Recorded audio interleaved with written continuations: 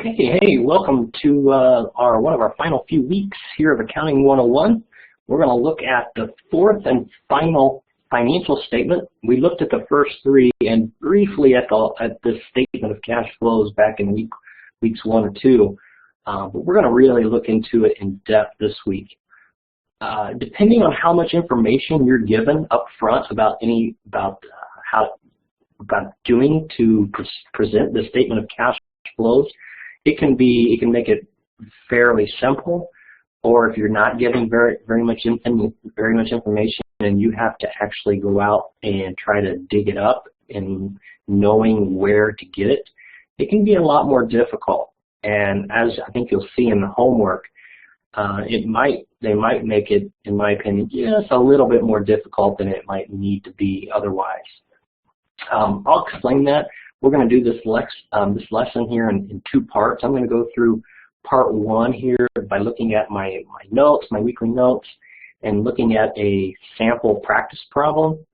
And then for part 2, I'm actually going to go through a couple of my accounting lab assignment and show you what I mean by how they're just a little bit more difficult and they don't give you all the information. You have to go and dig around to find it. Okay, so the statement of cash flows, its whole purpose is to tell us and help us to find out where is our cash going? Where are we spending money? How are we getting our money? So for just a quick little example, if I brought in revenue of $10,000 and then I had these expenses, which added up to $9,000, I would obviously show a net income of $1,000. So from just a quick look at things, it looks like I have $1,000 cash. But if I looked at my balance sheet, so this was off on the balance sheet, and the cash said $5,000. How could I have $1,000 in hand? So I brought in $10,000. I paid out maybe $9,000 in expenses, so I have $1,000 left. But how come the balance sheet shows cash of $5,000? That's the whole purpose of looking at the statement of cash flows. Why is there a difference between net income and cash? There's 2 ways of doing a statement of cash flows, the indirect method and the direct method. The indirect is a little bit more common and it's required. It's actually a required one. The direct method is allowed to use, but if you do the direct, you also need to do the indirect. So we're going to show both. The homework does go over both, so I'll look at both. But again, usually, if I'm doing this in class, I would focus simply on the indirect method. Okay, so as we just pointed out, the net income doesn't always tell us the whole story. Sometimes there are cash payments or cash receipts that don't involve net income.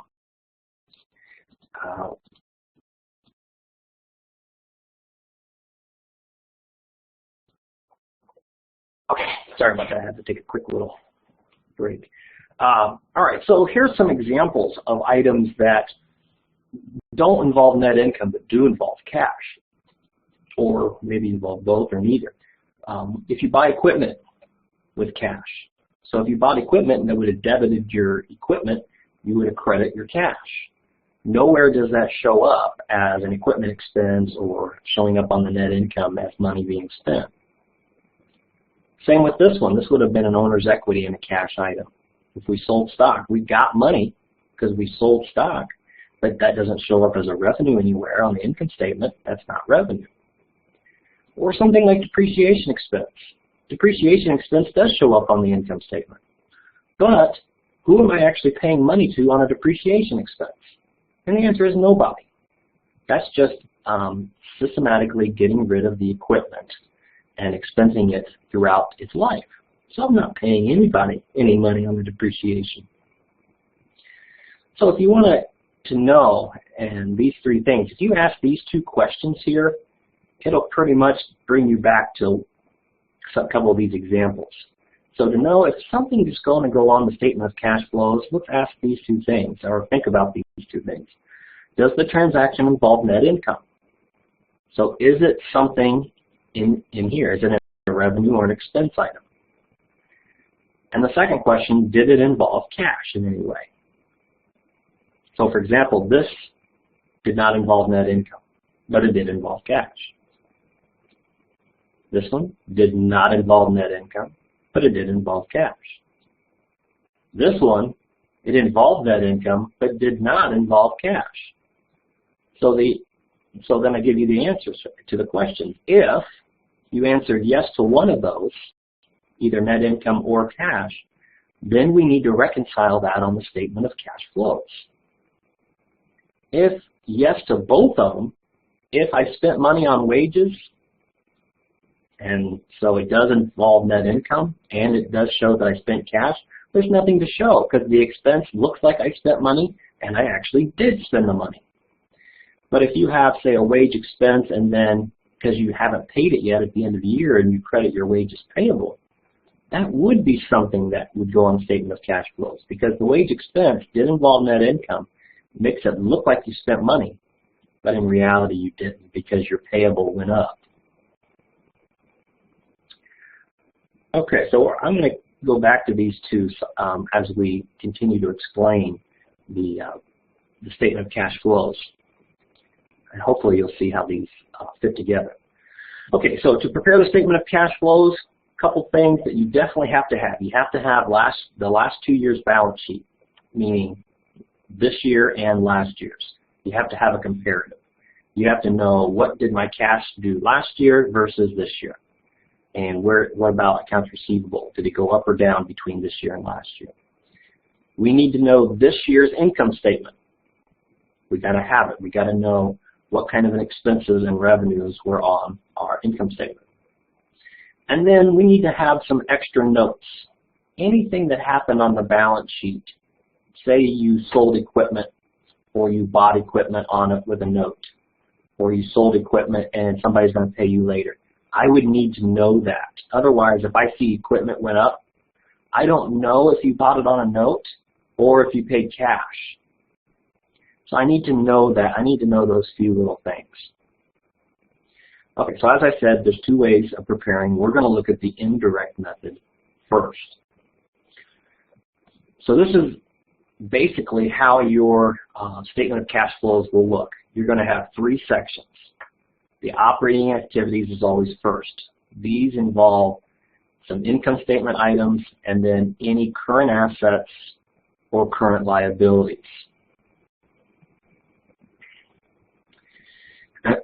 So that's what current asset or current liability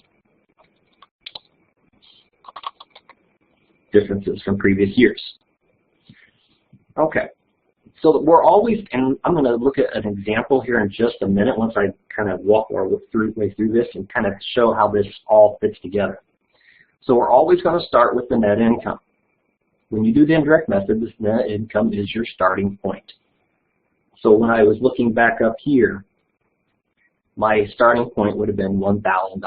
All right, it looks like I have 1,000, but obviously I don't. I have 5,000 in cash. So what were the differences that made me go from 1,000 to 5,000? So we want to have somewhere to start, and that's where we're going to have the 1,000 in this case net income. And then we're going to look to two items on the income statement that never involve cash. They're going to be on there. It's going to look like I either spent or received money, but I didn't. And one of those is depreciation. Depreciation expense, I didn't spend any money. No money was given to anybody. No cash left my business for that 2,000. So I need to pretend when I'm looking at the net income number that it never even happened. So I'm going to take the 2,000 and just add it back. Pretend like it wasn't even there. So now I'm up to 3,000 in my accounting for the cash to figure out what happened to cash. So that's why I have here, when you have depreciation, we're going to add it back. The plus sign here is showing us we're going to add it back to our cash. So we started with 1,000. Now we're going to add back the 2,000. And then we would show if there were any gain or losses, and you would be shown that on the income statement. On this example, my little tiny example, we didn't have any. But if you had a gain on an income statement is kind of like a revenue. It makes your net income go up. But in reality, you never received extra money when you get a gain. All that is saying is that you sold it for more than the book value of that equipment on your books. You didn't get extra money. So if you have a gain, we're going to act like it's not there and remove it. So to remove it, we're going to take away from our net income. Same with any losses. A loss will decrease your net income, but you really didn't lose any extra money. So we're going to pretend it's not there and add it back into our beginning net income number. Then the last thing we're going to do is look at any current assets or liabilities. Current things, because these are everyday transactions. So that's why we're just looking at the current items.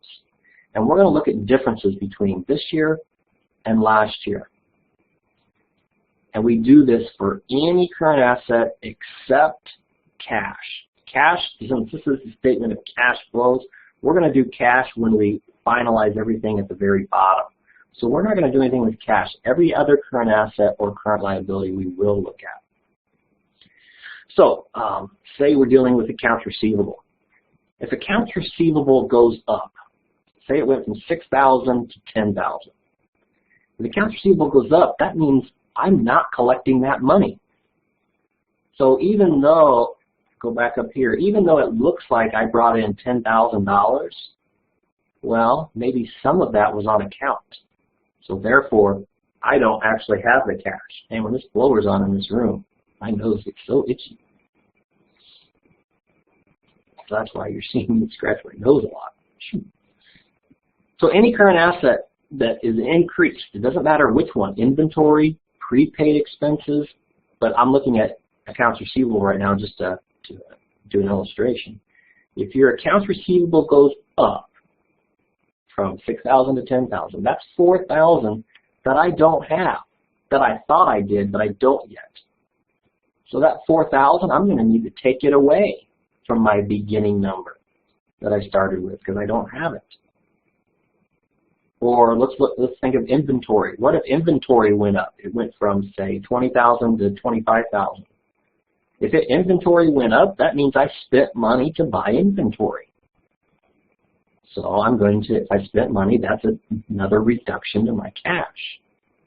That transaction, if I bought inventory, debit the inventory, credit the cash, that doesn't show up on the net income. So I would have debited inventory, crediting the cash. Did that show up in net income? Nope. Did it affect cash? Yep. So if I answered yes to only one of them, then it does go to the statement of cash flows. Okay, now let's look at any current liability. So this would be wages payable, accounts payable, and then you could have taxes payable, whatever, any kind of payables that you may have. If your liability goes up, so let's say you owe $4,000 in wages payable, and now you owe $7,000 in wages payable. So you actually owe more. If you owe more, that means you're actually paying less. If you owe more money than you did last year, you're paying less money than it appears. So if you're paying less money, we're going to add back our cash. And this is just something that you're going to have to get used to asking yourself and to memorize, kind of memorize these kind of things. If my liabilities go up, that means I'm saving money. I haven't paid it yet. So if I'm saving money, my cash is going to go up. If your liabilities go down, so your wages payable go from, say, $2,000 to only $500, that means you paid on those payables. You're paying money. That's not showing up in the income statement as additional payments. You would have simply looked at your liability and cash account, and that's it. Nothing to do with revenue and expenses. So if your liabilities go down, you're paying out money. So you need to show that as a negative to the cash. And then the final step is to add up everything we've just done. So take your net income and then add or subtract any of these items over here. And we'll get our total operating activities. Operating is going to tell us how the business is doing on a day-to-day basis. This number hopefully should be a positive. If it's a negative, then the business isn't doing well. The differences between the direct method and the indirect method is all here in the operating activities. So when we go down here to look at the investing and financing, these are done the exact same way on both the direct method and the indirect method. So when we go to the direct method in a little bit, we're only going to look at the operating because that's the only difference. Okay, with the investing activities, we're going to look at how and why did our long-term assets, we only look at long-term assets, how or why did our long-term assets change? And this is where you're going to need to be told if you bought equipment or bought land or bought anything, how did you buy it? Did you pay cash, or did you put it on account, or did you issue stock for that asset? You could have done several different avenues to get something, but we need to know. You're going to need to be told what it is. I think as you'll see when we go through this, sometimes you need to do a little side journal entry to kind of figure out what's going on, but we'll get into that. So if you purchased equipment, and you actually did it with cash, that's going to show as a negative to your cash. Now, if you purchased equipment on account, let's go back up here. If I purchased equipment on account, my debit would have been to the equipment, my credit would have been to accounts payable. So when I debit the equipment, credit accounts payable, how does that affect net income? It doesn't. How does it affect cash? It didn't. So this would have been yes to neither of those two. So therefore, if you buy equipment on account, it doesn't go on the statement of cash flows because your net income doesn't show any cash being spent, and that's true. You didn't spend any cash. So it wouldn't even need to go on here. Now, just the opposite of purchasing equipment, selling equipment, we're going to put down what we actually sold and what we actually received in cash. Not necessarily how much cash we got rid of or how much of equipment we got rid of. We could have gotten rid of $50,000 of equipment that only brought in $20,000. The key figure there is the $20,000 that I brought in cash, not that I got rid of 50. How did my cash change? That's the important part. It looks pretty simple here. It gets to be a little bit more complicated, as you'll see in a little while, as we do in examples. But let's go ahead and move on here to financing activities. Financing activities is everything else. So we've already dealt with the income statement, the current assets, the current liabilities. We just did the long-term assets. So the only other items left are our long-term liabilities and then owner's equity items. And these are all owner's equity items except retained earnings. And the reason retained earnings isn't in here is because retained earnings has already been shown on the statement of cash flows, and you just didn't really even realize it. Remember, retained earnings, it's the only real reasons why retained earnings changes, or the primary reasons why retained earnings changes, is due to your closing entries. And there are three closing entries: your revenues, your expenses, and your dividends. Well, when we have a starting point with net income is our revenue and expenses, just netted together. So there's two of the three retained things that are going to change retained earnings already included. The last item we're going to put right here in financing activities, the dividends section. So retained earnings is already encompassed in this in here, so that's why we don't put it again, because then we'd be listing it twice. Financing activities are very similar to the current liabilities. So if our long-term liabilities go up, that means we're saving money. That's basically what that's saying. Somehow I'm saving money, or maybe I'm even getting money. Say I issued bonds. So my bonds went from 0 to 50,000. I actually got $50,000 by issuing bonds. So that works the same way as a current liability. I'm either saving money or I actually did get money.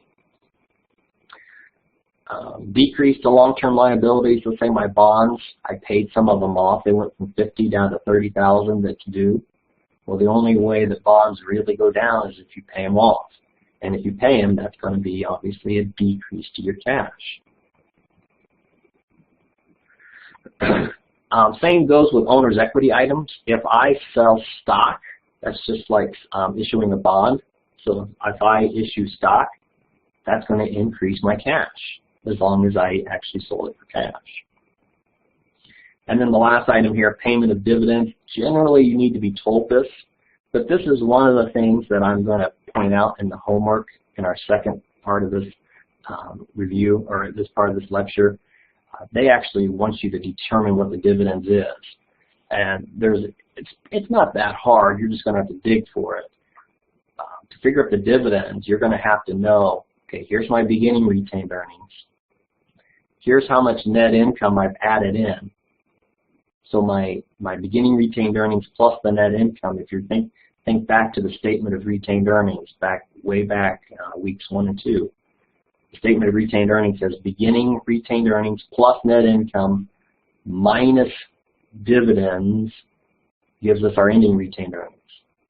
Well, if the problem gives us our beginning retained earnings, our net income, and our ending retained earnings, we can then do a little bit of math to figure up our actual dividends. So they don't come right out and tell you. It's something you have to know to do. And that's where they make it a little bit more challenging. And then our final section of both statements here, we always take cash as the main thing we're looking at. So we want to take what's our cash at the beginning of the year, what did we start out with, and then we want to add or subtract all three totals and get one final total. Everything we just did, we want to total all three of them, get one final total, and when you add these two together, you better get what your ending cash balance is on the balance sheet. Okay, again, we're going to look at examples of this in a separate part, in a separate example. But next I wanted to,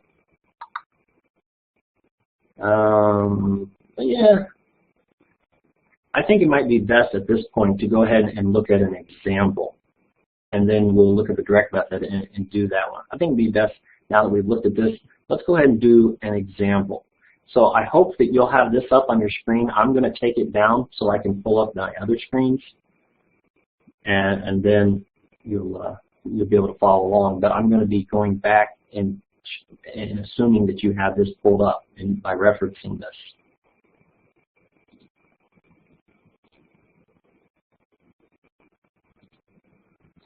Okay, so what I'm getting ready to pull up here is the problem I have attached. And I'm going to make this viewable now. Okay, so this is the Excel sheet I have attached in the Blackboard. And this is what we'll be going through and making out the indirect method of the statement of cash flows. So how I do things is a little bit different than how the book does it, or to me it's easier for me to read left to right. So putting the most current year to the farthest out. If you look at the book, it may or may not do that. It may put the most current year first. It's just it's more of a matter of, I guess, of opinion and personal taste. I like it like this better. Doesn't mean that that's the right way, but this is the way it helps me to read it. So as you'll see here, what we're going to do is try to figure out through the statement of cash flows, why is there a $20,000 change here in cash? Why did my cash go down from the end of last year, beginning of this year, to the end of this year? So we're looking at 2015. Here's my 2015 income statement. So I have net income of $80,000. So if you were just looking at this And you would say, oh, 90,000 plus 80,000 income, you should have 170,000. How do you only have 70? What happened? Well, let's find out. These are some of the things that I have told us, so that we've paid a dividend. I came out and actually told you that. Remember, in the book problem, they may or may not tell you. In one of them, for sure, they don't tell you. You're going to have to figure that. And how you can figure that is, as I was saying, here's one way you could have figured out the dividend. Just jumping ahead just a little bit here. Take your beginning retained earnings of 30,000, add in your net income, and then remember the statement of retained earnings says beginning retained earnings plus your net income minus your dividends equals your ending retained earnings. So now I just need to solve for X. So let's keep solving here. We've got 110,000 minus X equals 92,000. I basically want the X and the 92 to switch sides. I need to add X to both sides, subtract the 92 from both sides, just like math. So if I subtract 92,000 from 110, that gives me 18,000, which equals my dividends, and that's how I get that 18,000 number. Again, in the book problem, they're not going to give you this. They're going to expect you to be able to do this formula here to come up with your dividends. And then the last thing, when we get to the investing section, we'll go through this, but we're going to need to do a journal entry here to figure out how am I going to account for this. It may help to do a journal entry. We'll see. Okay, so I have the answers here as well for us to go along with, but let's determine how we would start. Remember, we always start with net income, and then we look for two things on the income statement. Depreciation, two things that do not affect cash. Depreciation and any gain or losses. So depreciation, that takes away from my net income, but it has nothing to do with cash, so I want to add that back. I want to pretend the 17,000 isn't there, so add it back to this. I want to pretend the loss isn't there, so add it back as well. So when I pull up the answer, see what I've done so far. Starting with 80,000, and I'm adding back the two income statement items. As you keep going through this, you may want to pause it and actually do it yourself, but I'm going to keep going and allowing you to pause when you need to instead of me just taking longer breaths and breaks here to allow you to catch up. So pause it as you need. So after the two income statement items, now that takes us to, we need to look at any current assets except cash, and any current liabilities. So these six things are going to go next in my operating activity section. So let's start with accounts receivable. Accounts receivable went from 47 down to 36. So if my accounts receivable goes down, look back to that sheet, my notes that I gave you. If your assets, current assets, go down, that means in this case people are paying you your money. And that's a good thing. If people are paying you money, you're getting money. So when I look at the statement of cash flows, a decrease to a current asset, in this case AR, means I'm actually getting money. I'm getting an extra $11,000.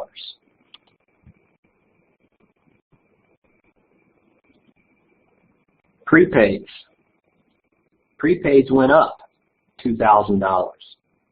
If my prepaids went up, that means I've paid for things that I haven't expensed yet.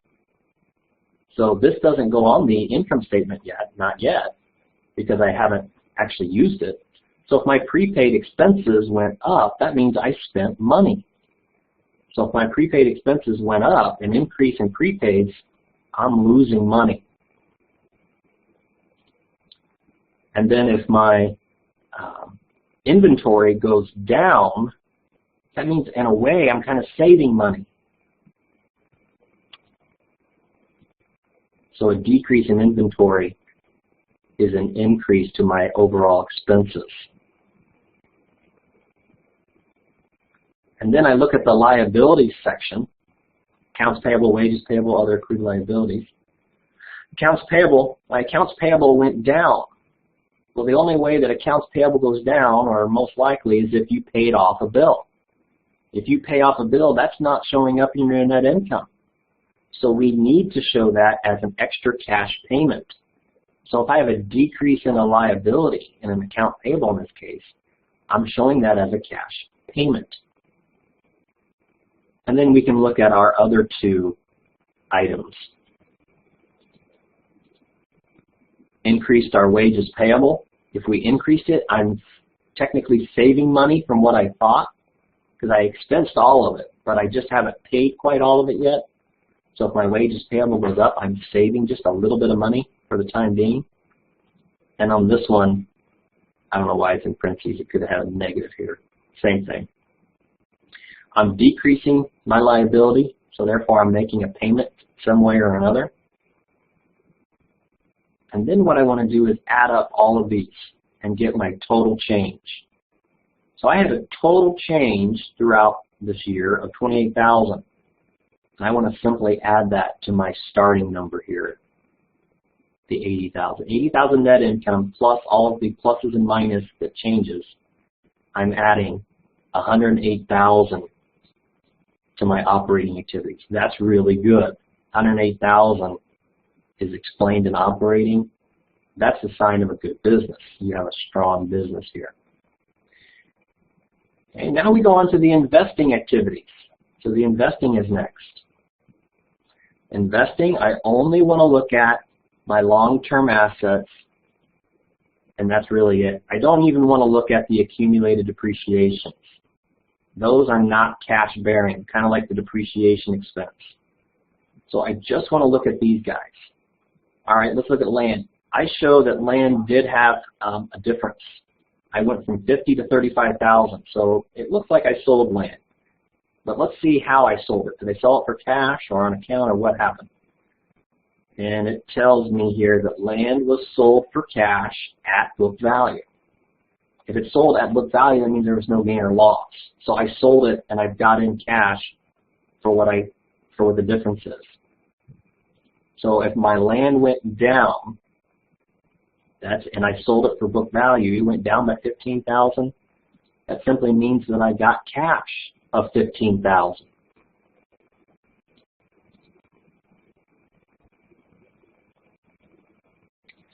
Now when I look at the building, no change. If there's no change, I don't need to do anything.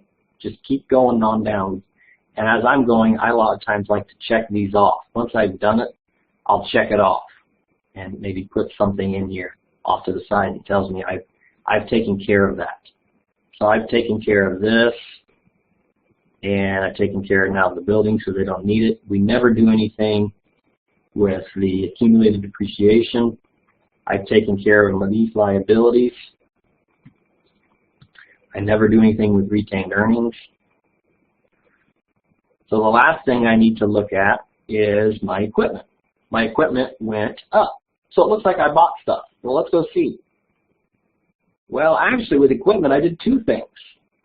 I bought some stuff and I sold some stuff. If I was doing a T account, we could really explain this. So you may want to do that. I'm not going to take the time to do that right here, but you may want to do that. Actually, do a T account, have $40,000 in it, and then do this transaction. Show that I received in cash $20,000. Then show that you got rid of a piece of equipment worth $25,000, and you got rid of accumulated depreciation of $4,000. Of course, the difference here, the book value versus the cost. So you got rid of accumulated depreciation of $4,000. You got rid of the piece of equipment worth $25,000. The key thing, though, for the statement of cash flows is how much cash did I actually get? And that would be $20,000. So I sold equipment, and I brought in an extra $20,000. The last thing I need to know is that I bought more equipment. So I would have debited equipment, credited our cash. If I paid cash, which I did, I need to show that I spent $47,000. So after I add up all of these, I have a negative $12,000 in my investing section. So now I've taken care of all of my assets, all of my current liabilities. The only thing left that I have are the long-term liabilities and common stock or owner's equity items. Okay, if my note payable, I don't have anything on here, but if there was no reason for the note payable to change, we'll assume that it was cash if no other reason was given. So my note payable went down from 36 to 32, so that means I paid money. And let's see, I need to change something from last. This was an older sheet. I forgot to change my dividends and add in my note. Payment on notes. There we go. We paid $4,000. Make sure that's calculated in my total. There we go. If I paid $4,000, so my note payable went from 36 to 32, that's the only reason it would go down generally is if I paid money. So I need to show that. All right, let's look at my next item. Bonds. My bonds took a big dip. So for them to go from 155 down to 61, I paid money of $94,000. And then the last thing, common stock didn't change, so I don't have to do anything with that. But I do need to remember about my dividends. Let retained earnings kind of be a reminder. Maybe we'll make this orange until this will be a reminder that, hey, I don't need to do retained earnings exactly, but I need to do something that's a part of retained earnings, which is dividends. And the dividends here of $18,000. Add them all up, we get $116,000. Now for the final part of this whole thing to see if you get everything right and it all matches up. Take our beginning cash. So remember, our beginning cash would have been the end of last year's cash, $90,000. And then add up all of the yellow items that I have over here, all of my totals. Add these all up. If you add them all up, you get a negative $20,000. 90 plus a negative $20,000 gives us $70,000 cash. And if we remember, our ending cash was $70,000. So I've just explained through a whole bunch of processes why I had a $20,000 difference. A good part was I had a really strong business year, and even though I lost some money in cash, but that was mainly because I was paying off some debt. And so that's okay if you have a lower cash because you're paying off debt. The key number to look at is this guy right here.